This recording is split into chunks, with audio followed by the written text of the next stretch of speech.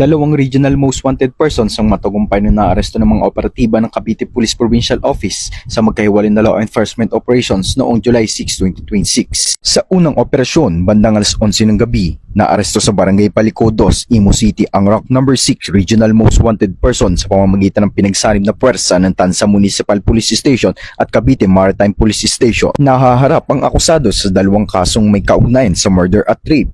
Nakapwa may inalabas na warrant of arrest at walang inirekomendang piyansa. Samantala, bandang alas 10 ng gabi, naaresto rin ng mga operatiba ng Magallanes Municipal Police Station sa Barangay San Agustin, Magallanes, Cavite ang isa pang regional level most wanted person. Ang akusado ay nahaharap sa kasong murder sa ilalim ng revised penal code at wala ring inirekomendang piyansa. Kapwa ipinaalam sa mga akusado ang kanilang mga karapatang konstitusyonal at tinala sa kanilang himpilan ng pulisya para sa dokumentasyon at kaukulang legal na proseso. Patuloy ang Cavite Police Provincial Office sa pinaigting na kampanya laban sa mga wanted persons upang mapanatili ang kapayapaan at kaligtasan ng bawat mamamayan.